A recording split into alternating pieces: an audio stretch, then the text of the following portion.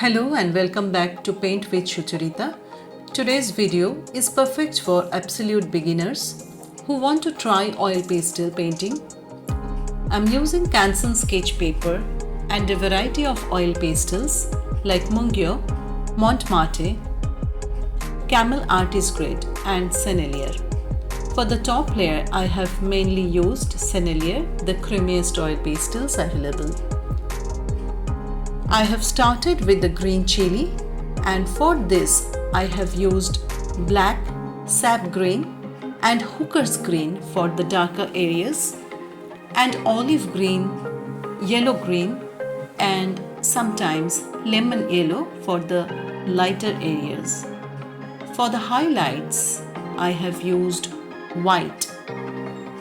For the stalks, I used different shades of yellow, a touch of brown and olive green, along with a bit of pencil for detail.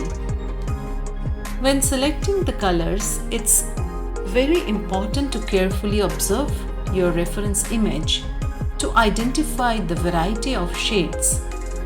You can use deep green or dark green in place of hooker's green, and feel free to adjust the colors based on what you have available. Understanding how light falls on the object is key. It helps you apply the colors effectively. Also remember that similar shades may have different names across different brands of oil pastels. For blending, I used a color shaper, an earbud and paper stumps to smooth the layers and sharpen the edges of the object. However, using just one blending tool is perfectly fine. For the red chili, I started with black, then added red and orange.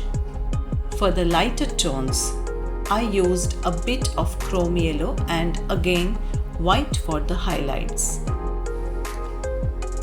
For the white highlights, I used Sennelier white oil pastel, which works well on the topmost layer.